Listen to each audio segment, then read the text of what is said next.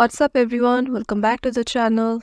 Instagram's latest update has introduced gold notes. And if you haven't enabled them yet, you're missing out.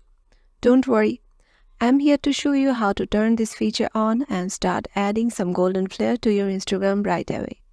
It's quick, it's easy, and it's going to make your profile pop. Let's get those gold notes enabled. Once you have opened up your Instagram app, head over to your profile. Once you are there, you need to post a note, and for that, go to your note. You must add the word gold in your sentence or whatever note you want to post to avail the gold option.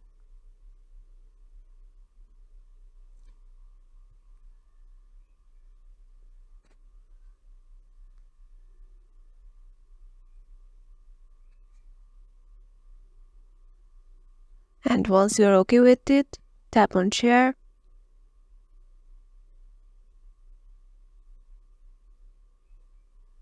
Gold notes enabled. How awesome is that? You are all set to make your Instagram even more vibrant.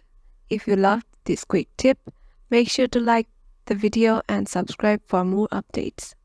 There's plenty more Instagram goodness coming your way. Till then, goodbye.